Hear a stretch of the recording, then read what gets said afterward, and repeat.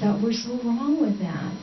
One, I've known him longer. Do you know that you'll always know someone longer because this was the daughter of a judge and her grandfather was a mayor of the city? Yes, that's why we're called disadvantaged. Okay? We are at a disadvantage of coming here as first-generation immigrant, not having the opportunity to be taking our time hobnobbing with politicians because we're just trying to make a living, so we're not having 7 of us living in 1 bedroom. Okay? Sorry, we didn't have time to build our connections with you while this councilman was building his connections with you.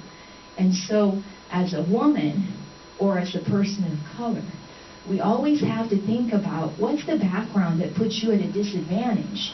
And when you don't create systems that bring them up a few steps higher, then that's not really what our community's failing. Our community's failing at trying to bring up others with them, right?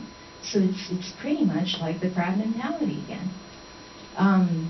So I think it's a balance, but we always have to bring it back, remind women that your job is not to alienate other men. Your job is to think about your role is you are someone's sister. You have a brother that you care about. You have a son that you care about. You have a husband, a father you care about. So what you're advocating for should never be this us against them mentality. It's about, I want to bring up other women because they'll someday be someone's mother, and they're going to want to teach their son to want to care about their wife and their daughter.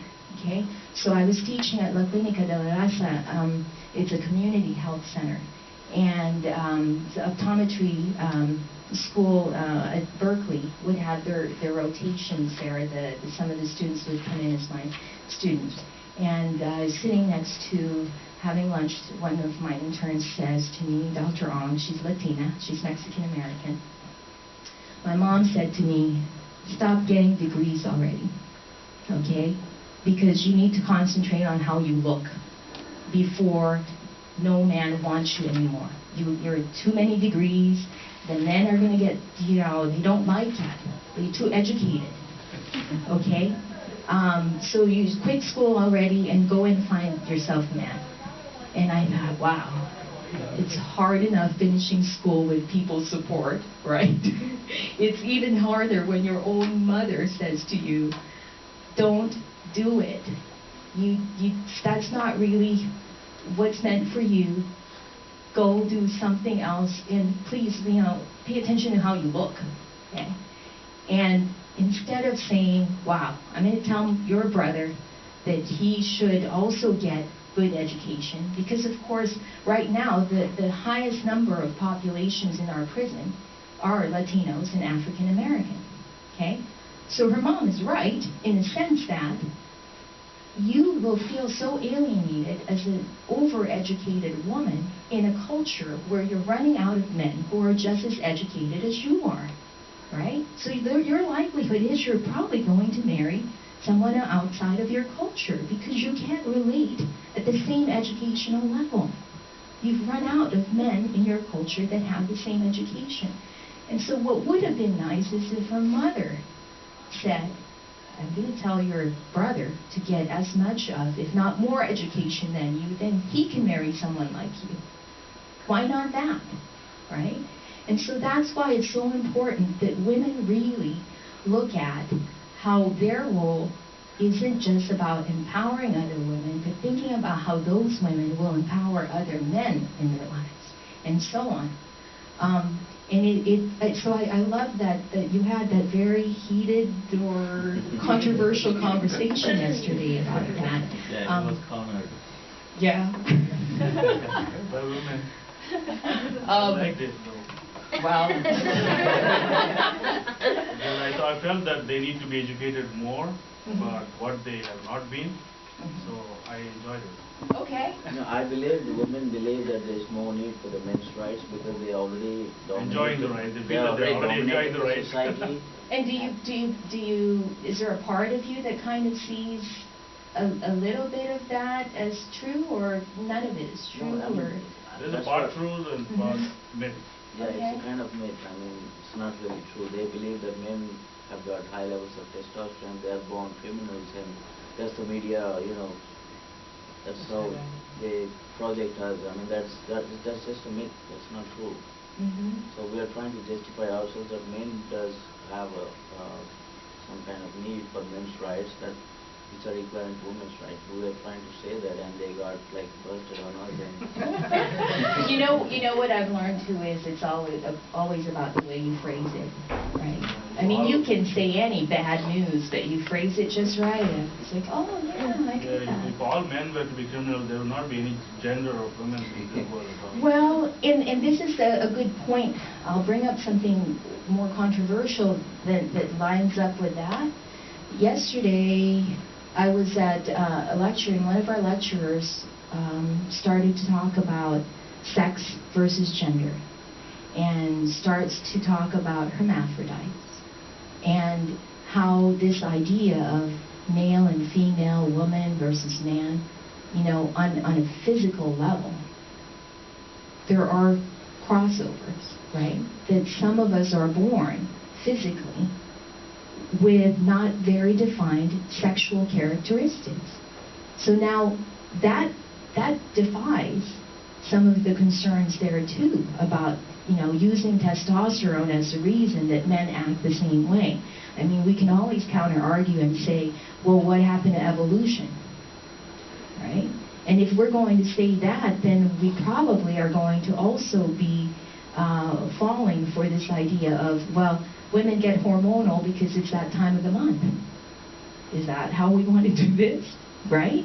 You can't have it both ways. You can't be blaming it on hormones and this and that.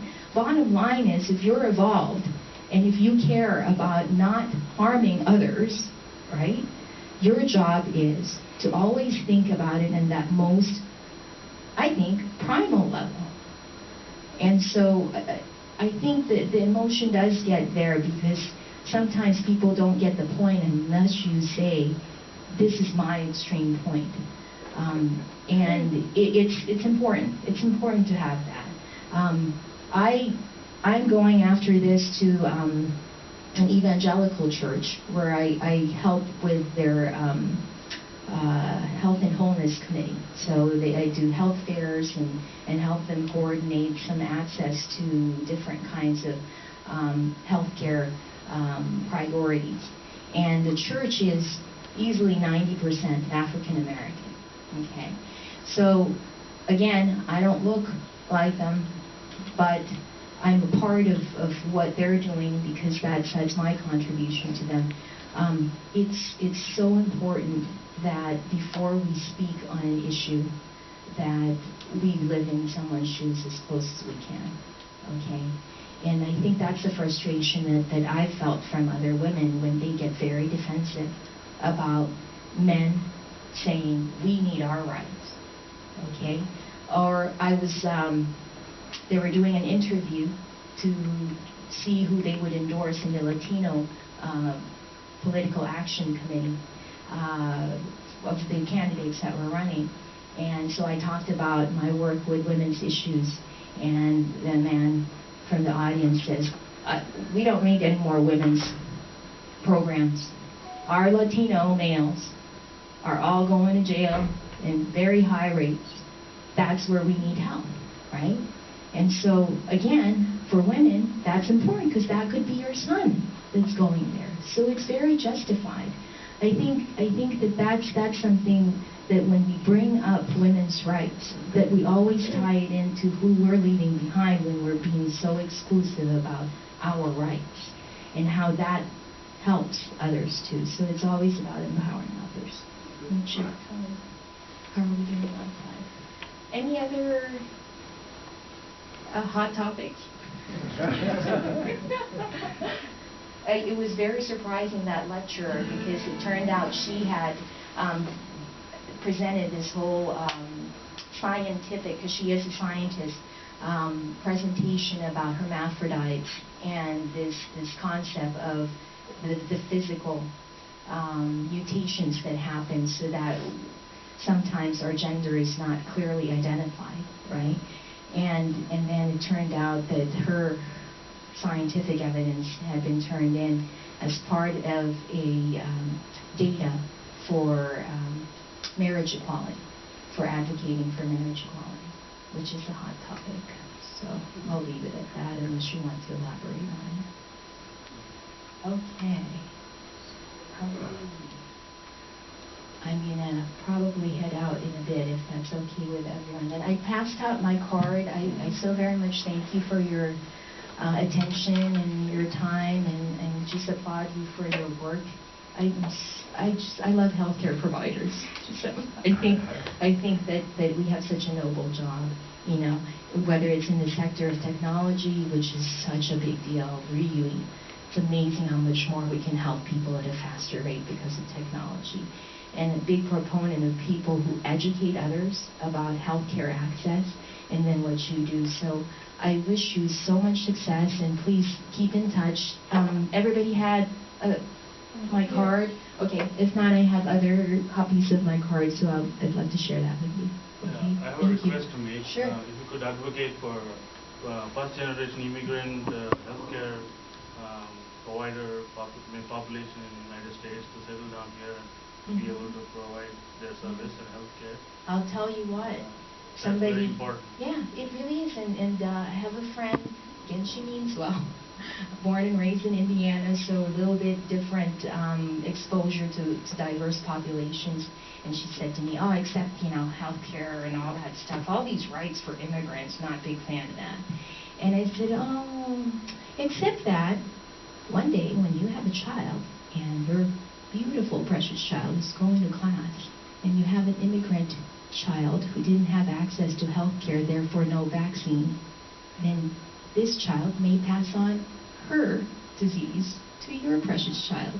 Oh, well, for that, I'm good. You know, I want access to health care. So, yes, I totally believe in that, and that's the way we need to phrase it, right? And sadly, that's what helps people understand, is if you keep right at what's in it for them, right? But it's still, that's fine, whatever way we get there. So I totally am already there, and I will continue to. It is not a privilege. It really is not a privilege to have access to health care, because we are all affected by it. So, all right. Thank you very much. Jennifer, thank you so much. Mind you, that was a good question, because Jennifer was just shy of how many votes, Jennifer, one more time? 917.6%. 917 votes. If she had 917 votes, which is this much, okay, if you look at the grand scale of things, this much, she would be right now sitting in. Yeah. So Yes. timing is everything, right? Everything happens in the right time. And so next time we see her, she will be on the ballot again, and there will be no excuse for not winning. Because, and because, trust me, when she gives you her card, okay, she really means it in contacting her. And it's really about connections. I've learned that throughout a lot of things. So it's really about connections. So definitely feel free with Jennifer. But Jennifer can't leave without PA. We have a gift for our speaker, Dr. Ong. And I think you were supposed to bring the... Yeah. That's okay. She'll do it. She'll do it. So... Okay. So, Jennifer, as a token of our appreciation for I think time is important, so we have a calendar, a desktop calendar, and a warm-up calendar. So, thank you again. Thank you. So everybody has my card then? Okay. And my email address is very easy. It's Dr. Jennifer Ong, one word, DRJENNI, at Gmail. Okay, because I think the blue card doesn't have my email address. We'll follow your website. Okay, thank you very much. Appreciate it. All right, have a great day, everyone.